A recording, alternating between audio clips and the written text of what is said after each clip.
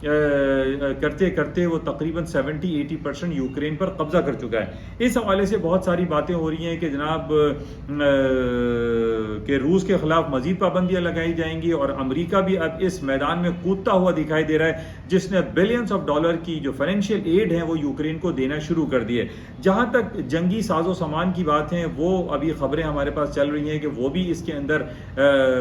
Participate کرے گا، اور European union ہے، نیٹو ہے، امریکہ کی جو الائنس ہیں جس کو آپ یونائٹڈ الائنس بھی کہہ سکتے ہیں، یہ بالکل ویسی یونائٹڈ الائنس ہے جو کہ بیک ان 1944 میں ایڈولف ہٹلر کے خلاف استعمال ہوئی، اور آج ہم دیکھ رہے ہیں کہ 75-80 سال کے بعد ایک نیا ایڈولف ہٹلر پیدا ہوا ہے جس کا نام ہے ولادیمیر پوٹن۔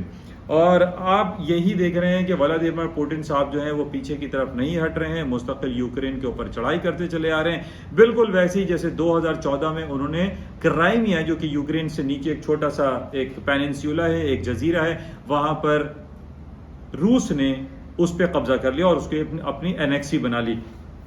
اور یہی صورتحال ابھی تک بڑھتی چلی جا رہی ہے۔ اور اسی وجہ سے جو نیگیٹیوٹی ہمارے سامنے آ رہی ہے کہ امریکہ بھی اس میں انوالو ہو رہا ہے، یورپین یونین بھی انوالو ہو رہے ہیں، اور اس کی وجہ سے جو یہ شدت آمیزی کا پہلو ہے یہ بڑھتا چلا جا رہا ہے، جس کی وجہ سے آج ہم دیکھ رہے ہیں کہ سونے کی قدر و قیمت میں تقریباً $25-30 کا اضافہ ہو چکا ہے، بلکہ $45 کا اضافہ ہوا ہے کہ 1870 کا اس نے لو کیا تھا۔ تو $45 بگ اماؤنٹ ہے، جو کہ 2 سے 3 دنوں میں ہم نے دیکھا کہ سونے کی قیمتوں میں اضافہ ہوا، اور جس طریقے سے یہ جنگی کیفیت کی باتیں ہمارے سامنے آ رہی ہیں، مزید اضافہ ممکن ہے۔ حالانکہ دوسری طرف ہمارے پاس یہ خبر آ رہی ہے پچھلے 15-20 دنوں سے، میں آپ سے یہ ذکر کر رہا ہوں کہ امریکہ 4 مئی کو اپنے انٹرسٹ ریٹ کو بڑھانے کے لیے جا رہا ہے، بالکل ایسے ہی جس طریقے سے پوری دنیا میں اس وقت لہر چلی ہوئی ہے کہ پوری دنیا میں انٹرسٹ ریٹ کو بڑھانا ہے،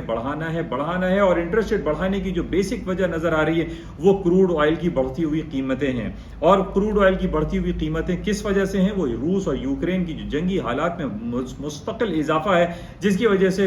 پیٹرول کی جو سپلائی ہے، جو سپلائی کانسٹرینٹ ہے، یا سپلائی چین میں ڈسرپشن ہے، یا یہ کہا جاتا ہے کہ جناب روس جو ہے وہ جو کہ 60% انرجی سیکٹر پرووائڈ کرتا ہے یورپ کو، وہ اس کی ٹوٹیاں بند کر دے گا، اس کی سپلائی بند کر دے گا، اس کے والو بند کر دے گا، اور بند کرے گا، یا اس کا پریشر ریڈیوس کر دے گا، جس کی وجہ سے یہ تمام بہت زیادہ ٹینس حالات پیدا ہوئے ہیں یورپ میں، کہ یورپ میں انرجی سیکٹر کرائسس آیا ہوا ہے، جس کی وجہ سے ہم دیکھ رہے ہیں کہ تیل کی قیمتیں جو کہ پچھلے دنوں 90s میں $91-92 ہو گئی تھی، آج ہم دیکھ رہے ہیں کہ $107 دوبارہ مارکیٹ $15-16-17 اوپر آ چکی ہے، اور اس میں مزید تیزی کی گنجائش باقی ہے، جس طریقے سے ہم یہ دیکھ رہے ہیں کہ روس ابھی تک پیچھے ہٹنے کو تیار نہیں ہے، اور وہ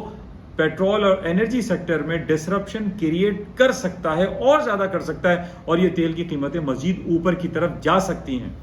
پچھلے دنوں میں نے آپ سے ذکر کیا تھا کہ جناب $103 بڑا امپورٹنٹ تھا کروڈ آئل کے حوالے سے، اور آج ہم دیکھ رہے ہیں کہ $103 کا جو بیریئر تھا، جو ریزسٹنس تھا، وہ اس نے توڑ دیا ہے، اور مارکیٹ وہاں سے $4 پلس ہو گئی، اور $107 چل رہی ہے۔ بہرحال آج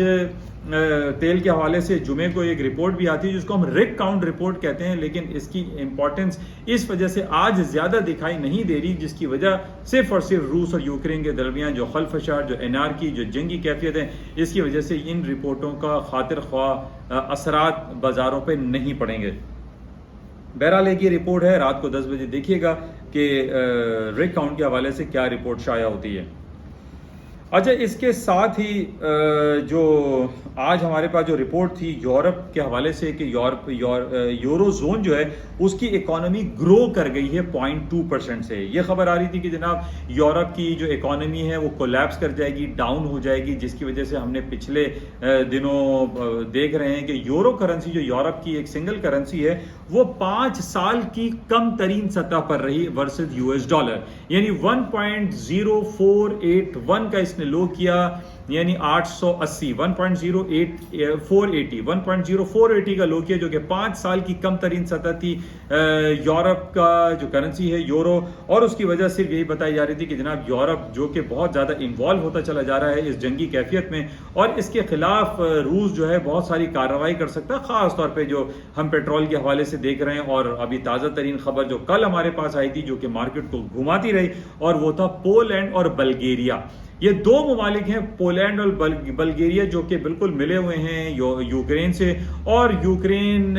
کی جو جنگی کیفیت ہے اس حوالے سے روس نے یہ کہہ دیا کہ جناب بلگیریا اور پولینڈ کو اگر ان سے پیٹرول یا انرجی سیکٹر کی کوئی بھی چیز چاہیے تو اس کی پیمنٹ وہ ربل میں کرے گا، یورو میں یا ڈالر میں وہ ایکسیپٹ نہیں کرے گا۔ جب یورو میں ایکسیپٹ نہیں کرے گا اور اسی وجہ سے یورو کی ہم نے دیکھا ڈیمانڈ میں مستقل کمی واقع ہوئی، اور بلگیریا اور پولینڈ میں جو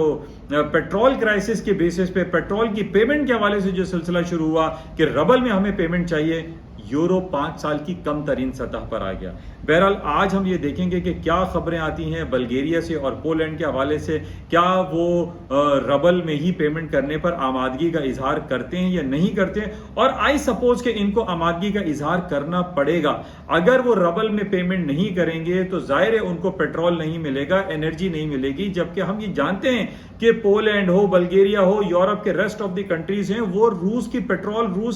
روس کی جو انرجی ہے اس کے اوپر کھڑے رہتے ہیں، اس کے اوپر چلتے ہیں۔ اگر وہ اپنی پیمنٹ ربل میں نہیں کریں گے تو ان کو ایک بہت سنگین کا نتائج کا سامنا کرنا پڑ سکتا ہے، اور ان کو انرجی کرائسس بڑی سیویئر ہو سکتی ہے۔ تو بہرحال یہ 2-3 دنوں میں ہم دیکھیں گے سیٹرڈے، سنڈے، منڈے، ٹیوزڈے کو کیا خبریں آتی ہیں، کیا بلگیریا اور پولینڈ اپنی پیمنٹ جو ہے وہ ربل میں کرتے ہیں یا نہیں کرتے۔ آئی پرسنلی فیل کہ ان کو ربل میں پیمنٹ کرنی پڑے گی اور یورو یہاں سے واپس اوپری سطحوں پر جا سکتا ہے۔ ہمیں نظر رکھنی پڑے گی کہ واقعی میں کیا یہ ربل میں پیمنٹ کرتا ہے یا نہیں کرتا۔ جب وہ ربل میں پیمنٹ کر دے گا تو اس سے کچھ انرجی کرائسس بھی دور ہو جائیں گے اور حالات بھی بہتر ہو سکتے ہیں، اور آپ کی یورو کرنسی آئی سپوز کے اوپری سطحوں پر جا سکتی ہے حالات کے بہتر ہونے کے بعد۔ حالانکہ اگر ربل میں پیمنٹ کرتا ہے تو وہ یورو تو پھر بھی نیچے آ سکتا ہے، لیکن یہاں پر پوائنٹ یہاں ریز یہ ہو رہا ہے کہ جب حالات نارمل سازگار ہو جاتے ہیں تو اس میں کرنسی جو کہ 5-5، 6-6، 10-10 سال کے لویسٹ لیول پہ کھڑی ہیں وہ واپس ریکور ہو سکتی ہیں۔ بہرحال یہ دیکھنا پڑے گا مزید کہ ربل اور یورو کے حوالے سے جو پولینڈ اور بلگیریا میں جو کرائسس ہیں تیل کے حوالے سے اس میں کیا پیش رفت ہوتی ہے، اس پہ کلوزلی نگاہ رکھنی پڑے گی۔ اس کے ساتھ ہی جو اگلا ہفتہ ہمارے پاس آ رہا ہے جو کہ عید الفطر پاکستان میں اور دنیا بھر میں عید الفطر کی ہالیڈیز رہیں گی، جس میں پوری دنیا میں خاص طور پہ پاکستان اور یہ عرب اور جتنے بھی اسلامک ورلڈ ہیں، ملیشیا ہو، انڈونیشیا ہو، یہ تمام کنٹریز بند ہو جاتے ہیں۔ دبئی بند ہے، ابو دھابی، یہ سارے متحدہ عرب امارات، سعودی عرب، یہ تمام ممالک جب بند ہوتے ہیں تو مارکیٹ والیوم ریڈیوس ہو جاتا ہے، والیوم ریڈیوس ہوگا، اور اسی والیوم ریڈکشن میں ہم یہ دیکھیں گے کہ 4 مئی کا دن بھی آئے گا اور 4 مئی کو امریکہ اپنے شرح سود میں اضافے کا اعلان بھی کرے گا۔ تو ایک بہت بڑی مارکیٹ میں موو آ سکتی ہے۔ نہ صرف موو اس وجہ سے نہیں آئے گی کہ جناب امریکہ نے انٹرسٹ ریٹ جو ایکسپیکٹیشن ہے کہ وہ بڑھا دے گا، بلکہ موو نیچے یا اوپر اس وجہ سے آ سکتی ہے کہ پورا اسلامک ورلڈ کلوز رہے گا، بند رہے گا۔ تو اس کو آپ بڑے ذہن میں رکھیے، اور اسی وجہ سے آج جو کہ ویکلی اور منتھلی کلوزنگ ہے، میں تمام اپنے سامعین کو یہ بات کہتا رہتا ہوں کہ جناب ویکلی اور منتھلی کلوزنگ پہ آپ برائے مہربانی اپنی پوزیشن کو لیکوڈ کر دیا کریں۔ نفع نقصان تو ٹھیک ہے، آپ پتہ نہیں آپ نے بائی کیا ہے یا سیل کیا ہے، مارکیٹ کوئی گیپ سے کھلتی ہے، آپ کو نفع بھی ہو سکتا ہے، نقصان ہمیں سب سے پہلے یہ دیکھنا پڑے گا۔ جو ورچوئل ٹریڈ لوگ کرتے ہیں اس میں نقصان کا پہلو ہمیں زیادہ رکھنا پڑتا ہے، کیونکہ جو یہ جنگی حالات ہیں اور یہ آگے جو والیوم ڈکلائن کر جائے گا مارکیٹوں میں، جو چھٹیوں کا سیزن رہے گا اس کی وجہ سے آپ کو ایک عجیب سنگین نتائج دیکھنے پڑ سکتے ہیں۔ تو بہرحال جو میری یہ ریکویسٹ یہ رہتی ہے کہ آپ اپنی ویکلی اور منتھلی کلوزنگ پہ اپنی پوزیشن کو لیکوڈ کر دیا کریں۔